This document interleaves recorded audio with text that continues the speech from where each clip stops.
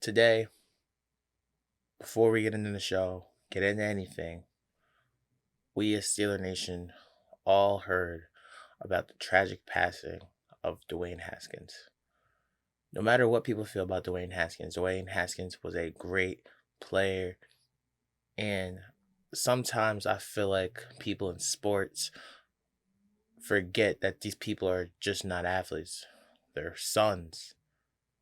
They're sons, uncles, brothers. And I feel like a lot of times in this world we forget the family part. We can be so critical of our judgment onto these football players. We forget the most important things. These kids changed lives. These are not just football players. For a lot of their families, they broke traditions. They broke generational curses in their families. More importantly, they're great people.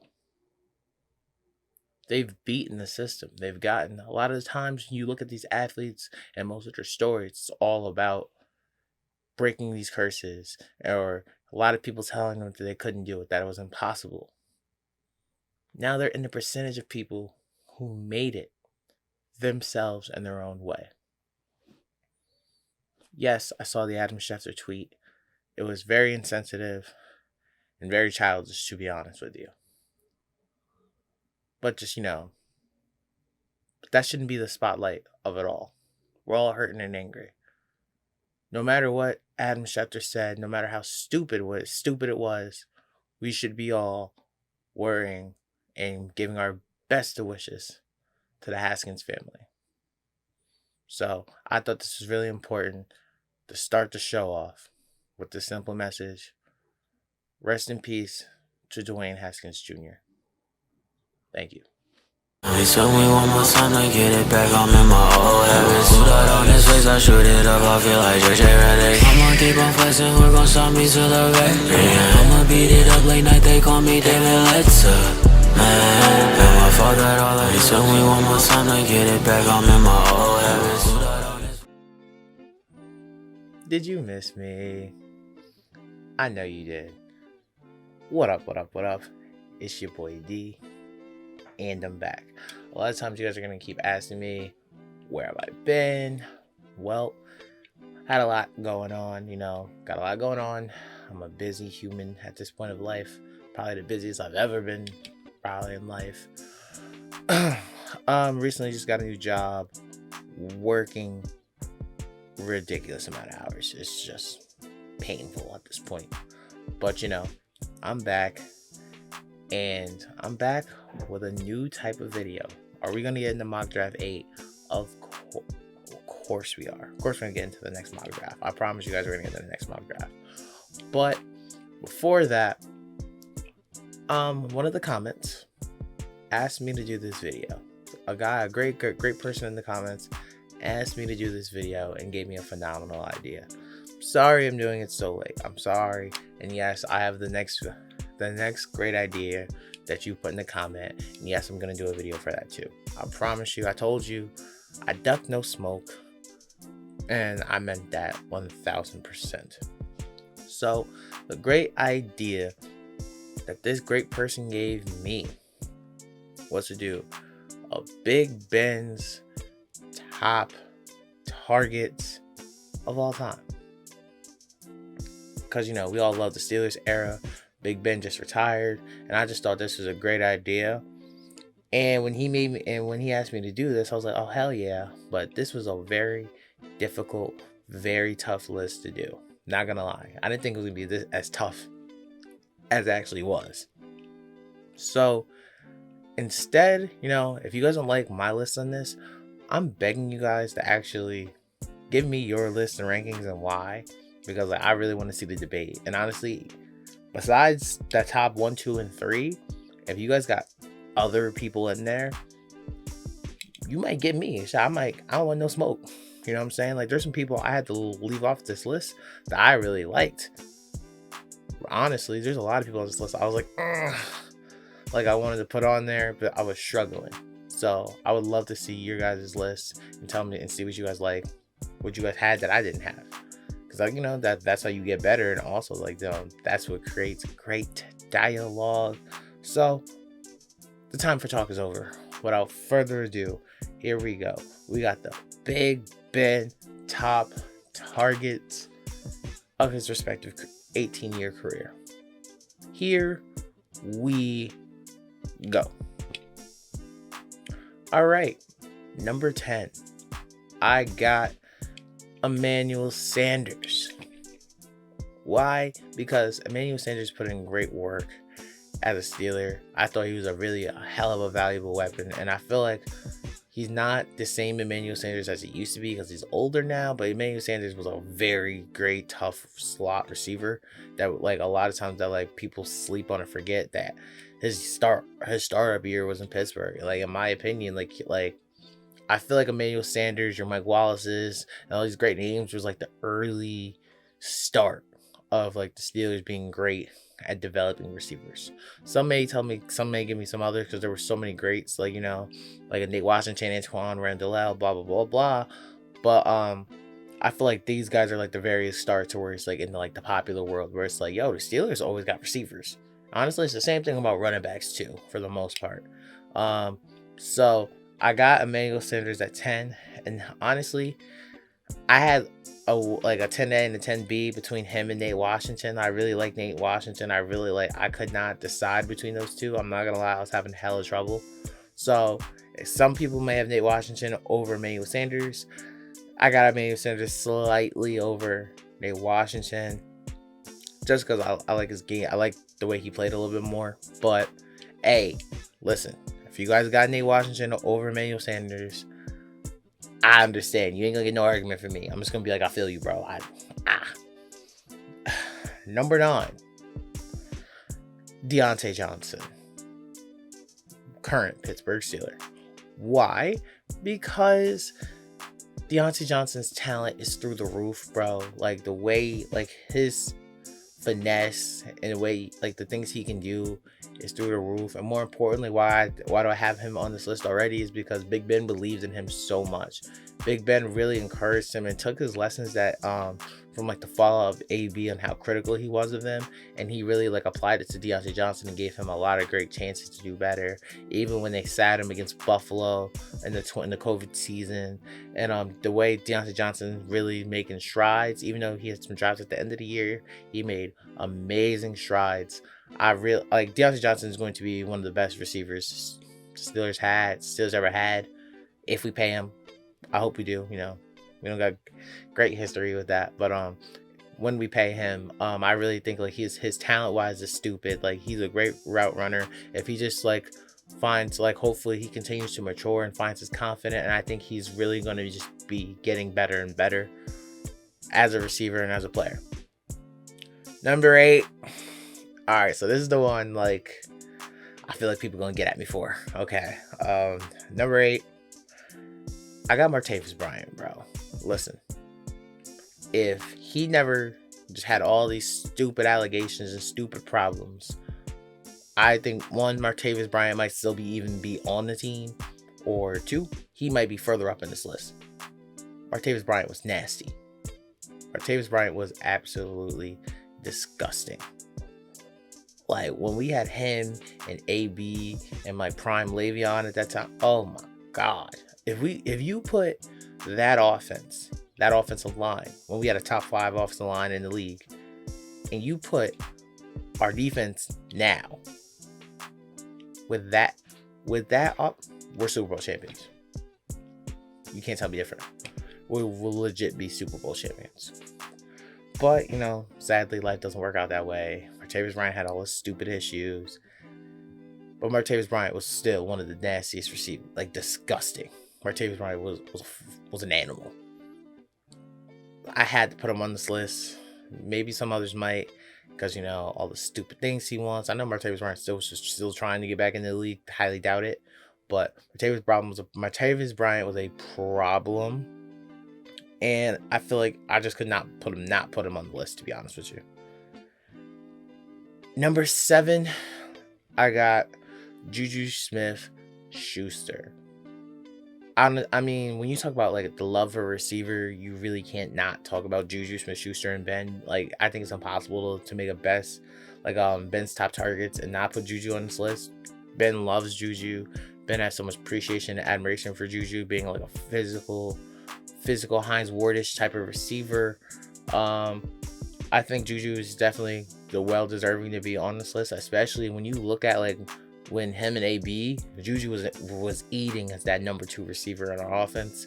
And I really just like, it makes sense that like even when you look at like the camaraderie of JuJu and Ben, like JuJu even turned down more money to go to the Chiefs last year to stay in Pittsburgh for Ben's final year, which is like really important, and I think that's really cool that he did that. That's very special. It shows like the type of player he is and the type of love he had for Big Ben. So that being said, I feel like it's impossible not to put JuJu on this list at all. Number 6. Now, this is a personal preference, so I'm not gonna hold you. Number 6 is a very personal preference. I just felt like I had to put him there and put him in here because, like, for his iconic moments. So, like, yes, people are like, why is he this high? I understand. Just personal preference.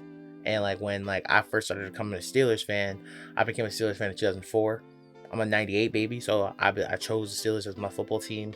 And 2004, when we got Big Ben, then we lost. We lost the NFC Championship, and we came back the next year when we were 14-1. Came back the next year, busted everybody's ass.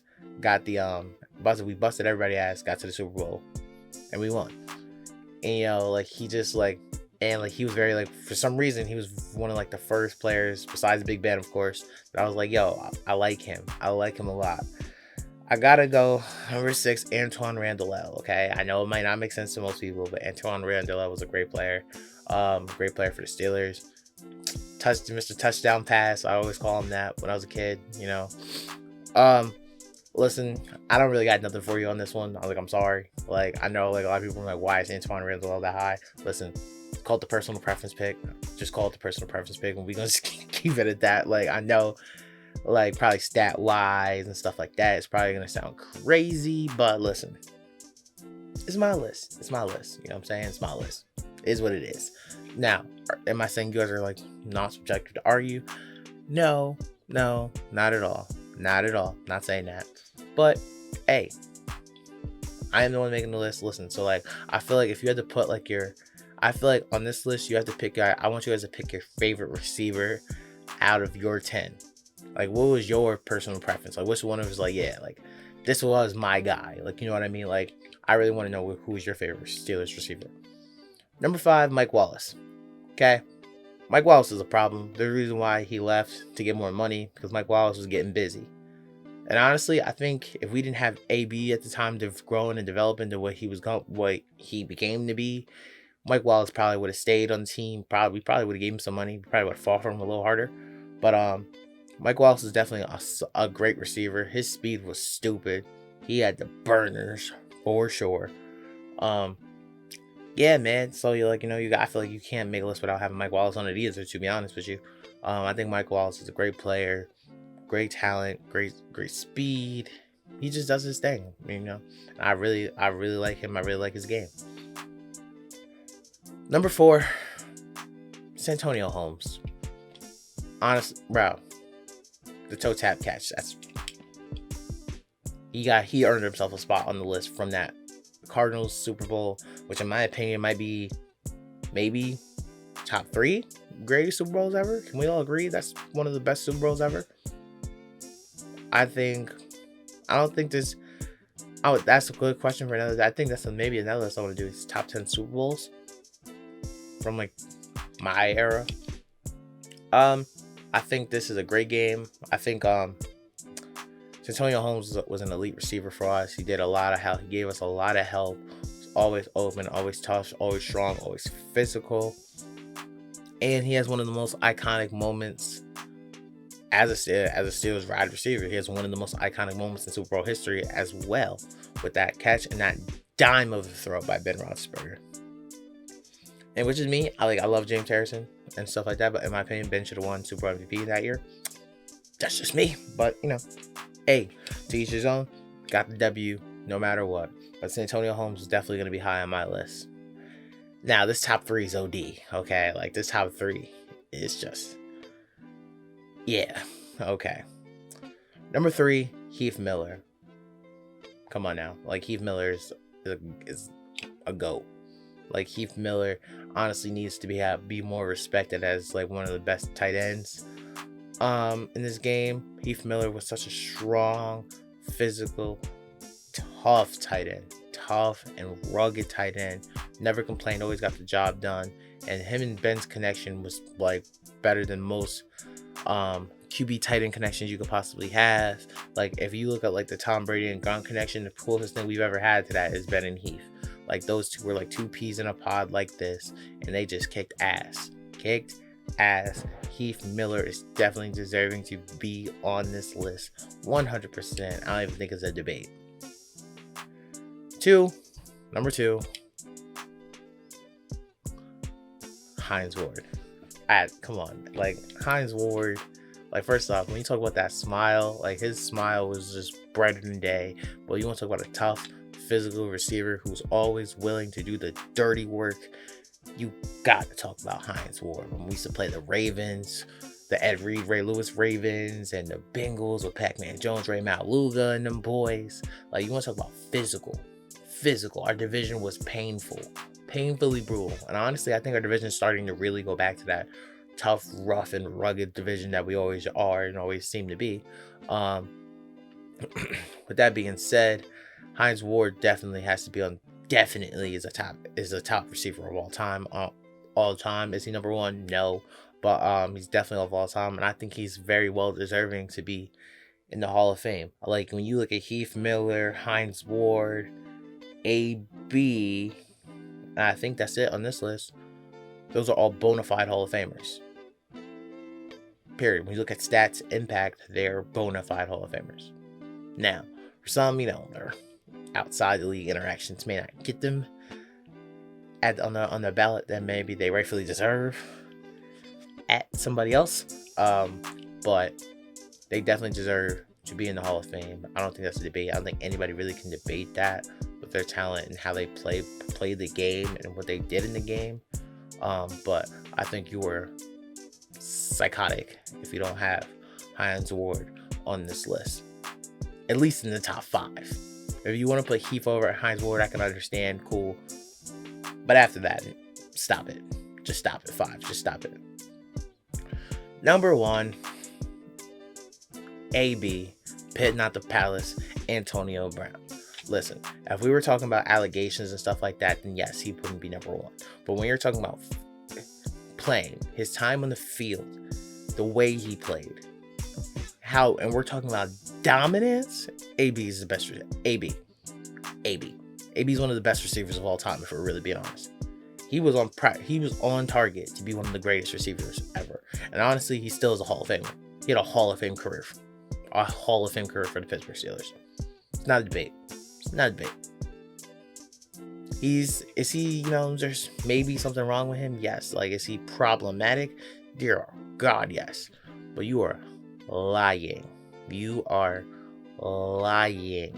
If you could sit here and tell me that AB is not a Hall of Famer, and if you look at talent-wise, impact-wise, and destructive as he is, AB's the best target Ben's ever had.